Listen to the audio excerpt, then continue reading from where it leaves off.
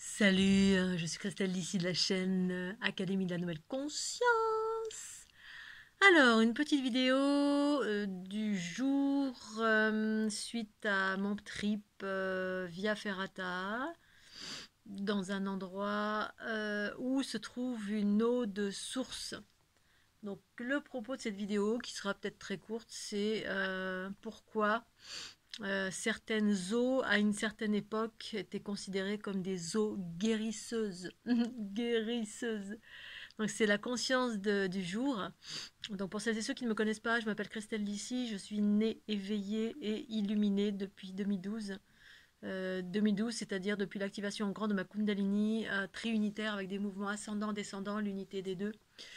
Et donc depuis, je partage sur cette chaîne YouTube une multitude de thèmes qui va de l'unité, la Kundalini, l'empathie, la géométrie, etc. Et donc là, les eaux de source guérisseuses auxquelles j'ai souvent eu affaire tout au long de mes périples, en autostop, sur les routes autour du monde, mais particulièrement en France.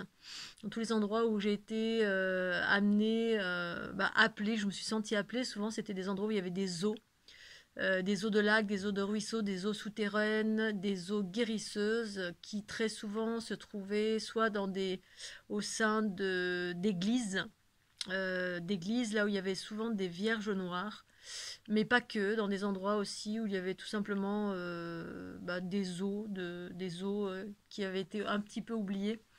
Dans les églises, ce qui était étonnant, c'est que ces eaux-là ont été enfermées. Souvent, elles ont été enfermées. On a mis des barreaux, on a mis des et elles étaient considérées comme des eaux miraculeuses. Et à l'époque, en fait, quand j'entendais ça, je me disais mais comment une eau peut être miraculeuse? Outre le fait que des gens venaient prier et de par leur énergie, eh bien, mettaient une énergie de guérison. Et aujourd'hui, je suis allée dans un endroit, donc j'ai parcouru plein d'endroits comme ça où il y avait des eaux, et puis voilà, avec lesquels même je communiquais, où l'eau venait vers moi pour être libérée, que ça montait en moi, libère-moi. Voilà, parce que les eaux ont été enfermées de mille et une façons sur cette planète Terre, correspondant à... alors pour moi, l'eau, c'est un des éléments de la conscience, du principe féminin, la conscience universelle. Et puis récemment, une jeune femme a fait un commentaire sur une de mes vidéos en me disant l'eau est le support de la conscience. Alors ça, j'ai trouvé ça extraordinaire. Parce que, bah oui, c'est exactement ça. Le support de la conscience universelle, ceci expliquant cela, pourquoi les eaux, d'une façon générale, ont été enfermées, détournées de mille et une façons de ce qu'elles étaient à l'origine et de ce qu'elles... librement, l'eau, cette eau libre, en fait, de circuler librement, et certaines eaux aussi ont été enfermées, notamment l'eau remplie de sel, l'eau de mer, qui constitue 70% de la planète Terre. Comme les eaux de notre corps, 70% de notre corps est composé d'eau, je dirais peut-être même plus. Bref, c'est un élément pour moi primordial, originel, la conscience universelle, pour moi, qui est de l'ordre du principe féminin, les matrix génitrix, qui normalement fusionne avec la matière. En fait, c'est un élément qui fusionne, c'est un élément qui apporte de la conscience, qui apporte de l'abondance, qui permet la libération, qui apporte l'amour, l'harmonie, la transformation, qui transforme, qui fluidifie. Enfin bref, ça, c'est l'eau sur la planète, se transforme de mille et une façons, tout le cycle de l'eau en fait, qui fait que ça fait la pluie et le beau temps. Voilà, ça passe d'état gazeux, solide, liquide, voilà, les eaux des glaciers, l'eau de la neige, l'eau de la mer, l'eau de notre corps. Bref, c'est un élément primordial qui est présent en grande partie, je dirais en majorité, sur cette planète Terre, la planète bleue, qui reflète bien cette eau, voilà. Et donc pour en revenir à ces eaux que j'ai rencontrées de mille et une façons, particulièrement où il y avait des vierges noires, où il y avait des eaux guérisseuses, vierges noires, en lien donc avec la Vierge noire. Donc il y a plein d'hypothèses sur qu'est-ce que c'est ces vierges noires.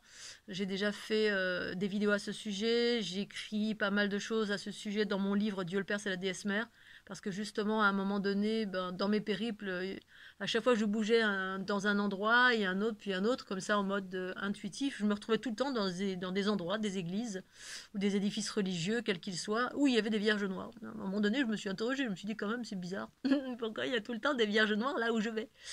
Et effectivement, étonnamment ou pas, les endroits où il y a des vierges noires, sous les églises, il y avait effectivement non seulement il y avait de l'eau souterraine qui passait, parce qu'avant que sur ces lieux-là se construisent des églises, ben, c'était des lieux tout simplement avec c'était ce que j'appelle moi des générateurs cosmotelluriques, avec un fort potentiel énergétique cosmotellurique, des lieux d'équilibre qui étaient très très puissants et qui étaient déjà utilisés au préalable par on va dire, des religions païennes entre guillemets. Et puis ensuite, ça a été récupéré, bien évidemment, les édifices. Mais avant cela encore, les religions païennes, il y a encore eu des choses qui étaient bien au-delà et qui, au final, c'était en lien plutôt avec des consciences extraterrestres. Alors, effectivement, après, au fil du temps, tout est devenu plus ou moins une religion ou une philosophie ou un courant, que ce soit païen, que ce soit catholique, que ce soit ceci ou cela. Bref, parce que à la base, il y avait quelque chose qui guérissait dans ces endroits. Étonnamment, il y avait de l'eau. Au-delà de l'eau, il y avait aussi des réseaux énergétiques. Souvent, alors que au fil du temps, quand j'y allais avec des amis, parce que moi je sentais des choses, mais je ne savais pas ce que je sentais. Voilà, je sentais avec mon corps, avec mes mains, avec ma conscience, avec voilà des flots de choses qui me traversaient quand j'allais dans ces lieux-là. Et un ami à un moment donné m'a enseigné ou m'a évoqué les réseaux cosmotelluriques, enfin pas cosmotelluriques, mais les réseaux Perret, Hartmann, Curie, etc., qui sont des réseaux énergétiques qui ont été identifiés comme ceci, comme cela, et qui finalement, en fonction de comment ça se croisait, ben, ça générait plus ou moins de puissance et donc de guérison, de lieux de guérison, comme la cathédrale de Chartres, etc. Bref, il y a plein d'endroits, d'édifices religieux comme ça, où il y a des guérisons qui se font, qui sont faites au profit de Dieu, mais au préalable, c'était pas Dieu, c'était la déesse, hein, c'est-à-dire déesse mère de la nature, hein, la nature, ou alors tout simplement la composante même de la vie. Au-delà, c'est la géométrie, c'est-à-dire tous ces réseaux qui composent le vivant. Pour moi, maintenant, c'est de la géométrie parce que, au fil du temps, ma conscience s'est ouverte. Et j'ai pu observer au-delà de ça, bref, ça a remonté le fil, et puis j'ai observé cette géométrie qui compose le vivant. Et quand la géométrie qui compose le vivant est équilibrée avec les éléments, ça émane, ça émane d'une unité, et cette unité apporte de la guérison. Parce que c'est au-delà de quelque chose qui se densifie, c'est de l'énergie, c'est une énergie très très avec justement ces espaces cosmotelluriques, au-delà de cosmotellurique, donc spiralé et sinusoïdal, des énergies qui circulent en spiralé, en sinusoïdal, informationnel et énergie vitale. Bref, en lien avec les réseaux de la planète Terre, et au-delà, nous aussi, on peut s'unifier de cette façon-là et on devient un élément guérisseur. Bref, et donc particulièrement aussi sur les réseaux où il y a un gros tellurisme aussi, dans des endroits. Alors là, particulièrement d'où je viens, c'est un endroit qui s'appelle Saint-Paul-en-Fenouillet, où il y a une eau guérisseuse au pied justement de la Via Ferrata que je me suis employée à faire aujourd'hui, que je connais parfaitement bien, que j'ai fait à nombreuses reprises, et donc c'est un lieu que j'aime beaucoup. Et effectivement, c'est sur des éperons rocheux, cette Via Ferrata est sur des éperons rocheux, et littéralement, en fait, moi je percevais tous ces flots énergétiques d'énergie tellurique énorme qui circulent comme ça en vagues dans ces éperons rocheux en fait, hein. Voilà, et associé à de l'eau, hein, c'est-à-dire de la roche associée à de l'eau, donc l'énergie terrestre magmatique, la roche, hein, ça provient du magma à l'origine, et puis il y avait des réseaux. Ces réseaux font partie du fonctionnement de la planète Terre, et en fait, sur ces réseaux, voilà, il y a de l'eau, réseau, il y a de l'eau, et cette eau-là était comme par hasard guérisseuse, considérée comme guérisseuse. Alors aujourd'hui, on n'y croit plus. Pour autant, cette eau de Saint-Paul-en-Fenouillet a encore ses vertus. Beaucoup de personnes viennent chercher cette eau qui croient à ses vertus, alors que quel que soit ce que ça fait, hein, c'est un peu comme les eaux thermales. Les gens vont dans les eaux thermales et puis ça soigne telle ou telle chose, des problèmes de peau, de ceci, de cela. Bref, et là, en fait, aujourd'hui, effectivement, l'info que je voulais partager, c'est que ces eaux qui se trouvent dans ces endroits-là sont chargées de cette énergie véhiculée par ces réseaux cosmotelluriques, hein, l'énergie de la planète Terre qui est normalement bien ordonnée, avec des énergies cosmiques. Il y a des concentrations par endroit, parce qu'à un moment donné, dans les éperons rochers, boum, il y a un croisement, boum, donc c'est même coupé par la route, hein, puis là, boum, comme par hasard, l'eau arrive ici. Et effectivement, elle est chargée d'une énergie vitale très puissante parce que enclin aussi une énergie vitale qui est aussi associée à de la conscience universelle. C'est-à-dire c'est le réseau, ben, normalement les ondes spiralées qui sont censées circuler, l'eau, c'est normalement ça, pour qu'elle soit vraiment vivante, eh bien, ça devrait circuler en spiralé. Mais il y a aussi du sinusoïdal dedans. Et donc, ben, ici, dans la région, le département de l'Aude, dans la Haute-Vallée de l'Aude, c'est très, très, très tellurique, c'est très terrien. Il y a beaucoup d'énergie vitale partout, très magnétique aussi. Ce qui fait que, ben, il y a beaucoup d'énergie, mais bon, il y a de l'ombre, de la lumière, parce que ça implique des choses aussi, hein, quand il y a beaucoup de magnétisme et d'énergie tellurique, hein, très tellurique. Des zones telluriques, des éperons rocheux telluriques, des montagnes qui sont très telluriques, vraiment c'est magmatique, dont le Bugarach qui est très tellurique, mais là-bas particulièrement, c'est très équilibré parce qu'il y a il y a autant de féminins que de masculins dans les réseaux. Et donc du coup, ben voilà pourquoi en fait à un moment donné, les eaux étaient vraiment considérées comme guérisseuses parce que en certaines époques reculées, nous n'avions pas, en fait, elles étaient beaucoup plus guérisseuses que maintenant. Pourquoi? Alors, c'est ma conscience, chacun fait ce qu'il veut. Parce que à l'époque, bah, en fait, il n'y avait pas tout ce qui perturbe aujourd'hui ces réseaux. Aujourd'hui, on a notre modernité, on va dire, fait que, ben, en fait, on perturbe l'équilibre, l'ordre naturel de ces réseaux qui existent, hein, cosmotelluriques, ces réseaux qui existent en nous, qui composent la planète Terre, hein, qui composent le vivant, qui chargent le vivant de cette énergie de vie, voilà, de vie de par la nature, notre propre nature, puis notre nature qui est équilibrée avec la conscience universelle. Et aujourd'hui, on a des réseaux électromagnétiques artificiels qui viennent perturber tout ça, mais tout ça le Wi-Fi, les satellites, tout ce qui, voilà, toute l'électricité qui provient des centrales nucléaires. Bref, il y a une multitude de choses qui génèrent des champs électromagnétiques et qui viennent perturber ces réseaux électromagnétiques naturels, l'électromagnétisme naturel. Et il y a des endroits qui sont plus ou moins chargés, voilà, qui ont des grosses concentrations d'énergie tellurique et cosmique en même temps. C'est vraiment les croisements, c'est ce que je vois dans la géométrie du corps. Hein, les plus gros croisements dans la géométrie du corps se trouvent dans le ventre.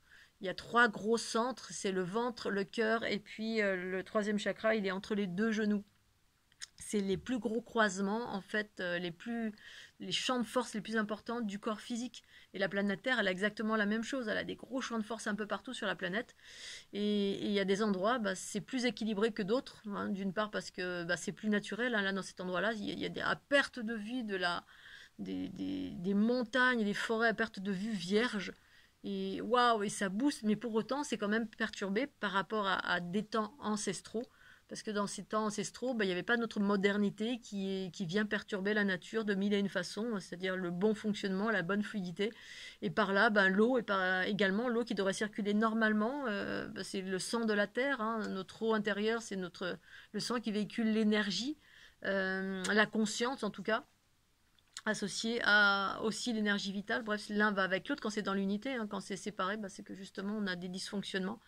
Et quand c'est dans l'unité, ben, du coup, on déploie une vitalité avec une conscience. Il y a de la régénérescence. Ça vient recréer la vie, recréer ou consolider la vie ou apporter de l'énergie vitale, mais associée à de la conscience dans l'équilibre en fait.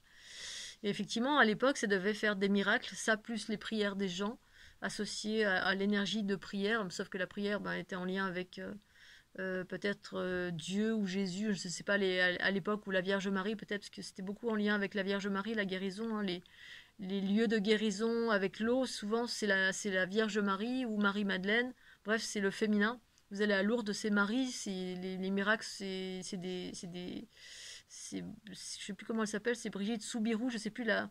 Bref, c'est toujours relié au féminin, hein, cette espèce de guérison du corps. Dans ces lieux chargés d'eau. En fait, c'est parce qu'il y a beaucoup d'eau qui vient de la montagne, comme ça, c'est chargé d'énergie tellurique, comme ça, ça transmet l'information, et puis on est abondé de cela, et ça crée de la guérison, parce que c'était pas encore trop perturbé dans ces temps ancestraux, alors que maintenant, ça l'est en totalité. D'où les endroits où je suis passée en nombreuses fois pour réguler ces champs électromagnétiques, faire revenir ces champs électromagnétiques de façon naturelle, recréer tout ce qui a été perturbé, Alors, beaucoup de personnes, j'imagine, font cela avec ou sans conscience, vont dans ces endroits où il y a de l'eau hein, pour permettre à la conscience de se libérer. Par là, ben, l'équité, l'abondance pour chacun, l'unité pour chacun, bref, parce que ben, ça a été enfermé de mille et une façons par notre technologie moderne, mais surtout séparée de la conscience universelle amour, au profit d'une autre façon de fonctionner. Voilà, donc je voulais juste partager ça parce que j'ai trouvé ça vraiment passionnant et ça va dans la continuité ben, de tout ce vers quoi je vais depuis de nombreuses années, tous ces endroits que je visite. Il y a des compréhensions qui se font à chaque fois. Et particulièrement pour l'eau que j'affectionne particulièrement. Je suis en extase. Ensuite, après à Sapolofenouillet, je suis passée dans les gorges de Galamus. Et là, c'est pareil, au fond des gorges, il y a des eaux cristallines. Enfin, j'ai envie de sauter dedans à chaque fois. Oh, je remercie l'eau, j'ai envie de sauter. C'est tellement beau, c'est vert, c'est d'un vert transparent, c'est extraordinaire. Enfin, ici, il y a beaucoup d'eau extraordinaire. Même l'Aude en soi, la rivière l'Aude, hein, parce que l'Aude c'est le département, mais c'est le nom d'une rivière. Je crois que c'est l'endroit où j'ai été le plus souvent en habitant ici depuis 10 ans. J'ai passé beaucoup, beaucoup de temps dans cette Aude. J'ai navigué dessus en bateau, je me baignais, je passais mes étés au bord de l'eau à être nue. Et voilà, mais il y a plein d'eau, pas que l'Aude, hein, plein d'autres eaux. Et au final, ben, quand j'ai vu d'où venait l'Aude, à un moment donné, j'étais à la source de l'Aude. Et puis, ben, j'ai compris pourquoi cette eau m'attirait tellement. Parce que vraiment, à l'origine, c'était tellement pur. Il y a des eaux guérisseuses, pareil, qui sont dans les Pyrénées ariégeoises et orientales vers Font-Romeu, par là-bas. Enfin, il y a des origines extraordinaires, même si là, il y avait des détournements aussi à cette origine, voilà, avec des camps militaires, avec des souterrains, avec des choses où l'eau est très trafiquée de mille et une façons. Ces détournements, qu'ils soient volontaires ou pas, il y en a qui étaient volontaires, d'autres pas, ben, vous les enferme la conscience humaine, voilà, enferme et amène à la dégénérescence plutôt qu'à l'inverse où l'eau en fait normalement est censée nous apporter de la vitalité, de la régénérescence, de l'équité, ouvrir la conscience, régénérer le corps, c'est censé faire ça. Mais voilà, alors on est en train d'aller vers cette régénérescence. Pour autant, ayez conscience de cela. L'eau est super importante. Il existait des eaux guérisseuses et aujourd'hui, ben voilà, c'est pas tout à fait le cas encore. C'est pas encore revenu. Mais je voulais vous apporter cette petite explication ce jour à prendre ou ne pas prendre. C'est le partage de l'instant suite à mon périple de cette journée extraordinaire. Je me serais cru en plein été, outre le fait qu'il y avait un vent complètement fou. Hein, et je pense que je me suis pris des rafales de 100 km/h dans la tête. Comme ça, sur les parois, comme ça. Mais c'était complètement dingue. J'avais fait des via ferrata, alors sous la pluie, dans le verglas, presque la neige, mais le vent comme ça, jamais. Pour autant, j'ai l'habitude du vent dans le département de l'Aude, mais alors là, c'était...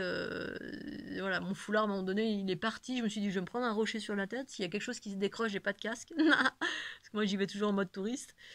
Et c'était assez impressionnant, mais pour autant, il faisait bon. J'ai commencé en doudoune et je terminais en petit débardeur. C'était super agréable. Et c'était vraiment l'été, il faisait 21, 22 degrés. Et voilà. Et ensuite, la rencontre de l'eau avec l'énergie des montagnes, c'était juste extraordinaire. J'adore cette vallée là-bas de Saint-Paul-en-Fenouillet où c'est vraiment très doux, il y a vraiment des courbes, c'est comme ça, puis il y a des espèces de pentes douces comme ça, on dirait un berceau originel de l'humanité. Très vierge, très beau, magnifique, avec les vignes qui sont de toutes les couleurs en ce moment, une lumière extraordinaire. Bref, très très belle journée. J'espère qu'il en fut de même pour vous. Et puis voilà, et sur ces belles paroles, bah, je vous fais des gros bisous et puis je vous souhaite une belle soirée. Tchuss